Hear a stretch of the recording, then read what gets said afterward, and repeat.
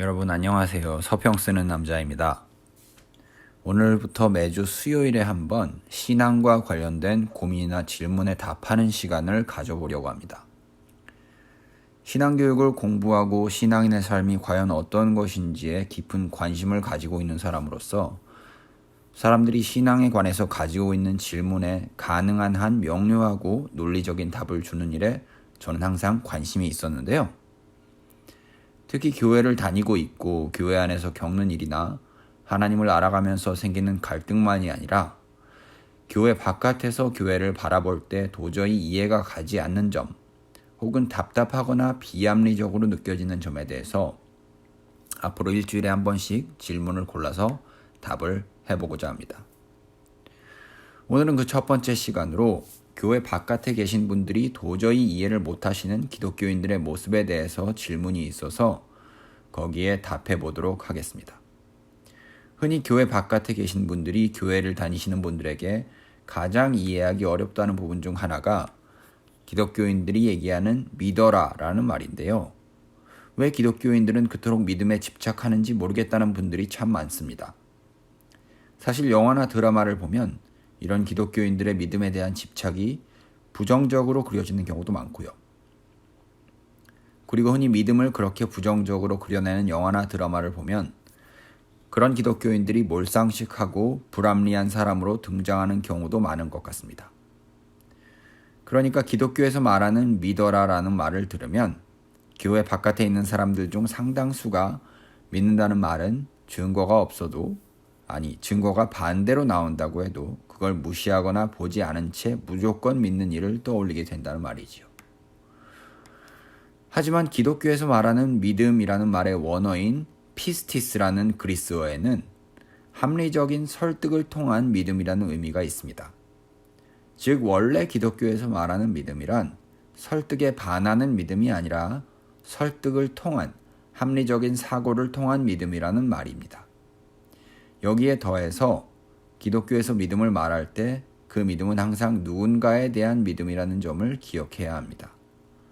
즉 믿음이란 항상 관계를 표현하는 단어이고 맹목적으로 그 누군가를 아무 증거나 근거 없이 믿는 것이 아니라 그 누군가가 얼마나 믿을 만한 존재인지를 삶에서 경험하고 체험해 나가면서 그 믿음이 커지는 것을 가리킨다는 것이죠. 이런 면에서 기독교에서 말하는 신에 대한 믿음은 사람과 사람 사이의 믿음과 별 다를 바가 없습니다. 사람과 사람 사이에 믿음이 생기려면 우선 양쪽 모두 서로가 상당히 믿을 만한 존재라는 것을 계속적으로 서로가 관계를 맺어가면서 확신하게 되어야 하거든요. 어찌 보면 믿음은 상대방에 대한 사랑의 표현일 수가 있다는 것입니다. 우리가 누군가와 관계를 맺을 때 그 사람이 전혀 믿을 만하게 보이지 않는데 무조건 믿으라고 강요하는 것을 믿음이라고 하지 않지요? 부모가 자녀에게 혹은 자녀가 부모에게 남자친구가 여자친구에게 혹은 아내가 남편에게 나를 믿어달라고 말할 때 그렇게 말하려면 적어도 상대방이 나를 겪어보았으니 내가 어떤 존재인지 알 거라는 최소한의 확신이 있다는 거죠. 기독교에서 말하는 믿음 또한 이런 차원에서 생각해야 합니다. 우리가 신을 향한 믿음을 가지게 될 때 거기에는 우선 신의 우리 삶에 찾아옴이 있습니다. 흔히 교회를 다니시는 분들에게 그분들이 어떻게 신앙을 가지게 되었느냐고 물어보면 보통 두 가지로 갈리는 것 같아요. 한 부류는 어렸을 때부터 부모님을 따라서 교회에 다녔었고 지금 다니고 있다는 부류가 있고 또 다른 부류는 인생의 여러 가지 우여곡절을 통해서 자신의 삶에 찾아온 신의 사랑과 은혜를 경험하고 신앙을 가지게 되었다는 그런 분들도 있습니다. 물론 첫 번째 부류의 경우도 성인이 되어서도 여전히 신앙을 유지한다는 것은 그게 단지 부모님의 신앙을 무비판적으로 물려받았다는 의미는 아닐 겁니다. 사람은 누구나 성장하면서 자신이 부모님에게 물려받은 것들에 대해서 생각하고 부모님으로부터 독립하려고 하면서 어떤 것들은 받아들이기도 하고 또 어떤 것들은 걸러내기도 하니까요. 물론 어떤 것들은 부모님에게 물려받았지만 물려받았다는 것도 모른 채 우리들의 무의식 속에서 그냥 저절로 남게 된 것들도 있긴 합니다. 제가 말씀드리고자 하는 것은 어렸을 때부터 신앙을 가진 부모님 밑에서 자란 사람이든 나이가 좀 들어서 신앙을 가지게 된 사람이든 신앙을 가지게 된 사람은 자신의 인생에 찾아온 신의 선함과 은혜를 직접 체험한 사람들이라는 겁니다. 그리고 그렇기 때문에 신에 대한 믿음이 생기는 것이고요. 마치 사람에 대한 믿음이 그렇게 생기는 것과 마찬가지로 말이죠. 신이라는 존재가 자신의 삶에 행한 것들을 직접 체험하게 되면서 그 긍정적인 결과나 영향을 깨닫게 되면 그때부터 기독교인들이 그토록 강조하는 믿음이 생길 수가 있는 겁니다. 다시 말씀드리지만 이런 면에서 기독교인들이 믿음에 그토록 집착하는 이유는 어쩌면 신과의 관계에서 신이 어떤 존재인지를 더 깊이 알면 알게 될수록 신이 믿을 만한 존재라는 것을 더 깊이 확신하게 되기 때문이라고 말할 수 있을 것 같습니다. 우리 시대의 지성인으로 잘 알려진 이어령 전 장관의 경우도 그랬다고 하네요.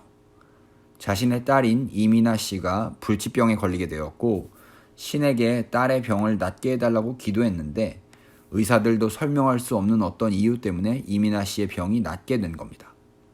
이런 게 바로 신과의 관계를 시작하는 계기가 된다는 거죠. 물론 항상 이렇게 신과의 관계가 시작되는 것은 아닙니다. 여러 가지 다른 경우가 있고 상황이 있고 사건들이 있을 겁니다. 하지만 기독교에서 말하는 신에 대한 믿음은 항상 사랑으로 이끈다는 사실도 우리는 기억해야 될 겁니다. 현재 한국 사회를 흔드는 소위 개독교에서 말하는 믿음에는 스스로를 사랑이라고 가리키는 신의 흔적을 찾아볼 수가 없는 것도 사실이니까요. 정말 사랑이신 신에 대한 믿음이 있는 사람들은 자신들도 사랑하는 사람들이 될 수밖에 없을 겁니다. 적어도 2000년의 기독교 역사에서 사랑이신 신을 제대로 받아들이고 그 신을 믿는다고 고백하면서 살았던 사람들은 항상 이웃에 대한 사랑을 다른 사람들보다 더 탁월하게 드러냈던 사람들이었습니다. 그래서 이어령 전 장관은 자신의 신앙이 단지 자신에게 베풀어진 신의 선함이 아니라 신의 사랑을 닮아가기 위한 믿음이 되어가고 있다고 말합니다. 특히 25살에 세상을 등진 자신의 외손자를 잃고 나서 이어령 장관은 이렇게 말합니다. 혈통과 신분에 관계없이 생명을 존중하는 이웃이 되는 삶, 신앙이 가져다 준 변화입니다. 지금까지와 다른 삶을 살지 못한다면 종교를 받아들인 의미가 없어요. 지금까지 내 아내와 내 자식들만이 소중하고 내 민족만 특별했는데 그렇게 살아서는 안 된다는 걸 기독교가 내게 가르쳐줬습니다. 물론 사랑의 실천이 잘 안 되고 늘 어렵습니다. 다만 그 길로 가는 중입니다. 이상은 여성동화 2010년 5월호에서 발췌한 이어령 전 장관과의 인터뷰였습니다. 마지막으로 오늘 여러분이 신을 믿고자 한다면 기독교의 신이 스스로를 사랑이라고 부르는 신이라는 점을 받아들이고 그 신을 정말로 신뢰하고자 한다면 아마 여러분의 삶 또한 사랑하는 삶이 될 겁니다. 우리의 믿음이 기독교인들이 말하는 믿음이 어떤 믿음인지 검증할 수 있는 방법은 그것밖에 없습니다. 당신은 오늘 당신이 믿는다고 고백하는 신처럼 이웃과 세상을 사랑하고 계시나요?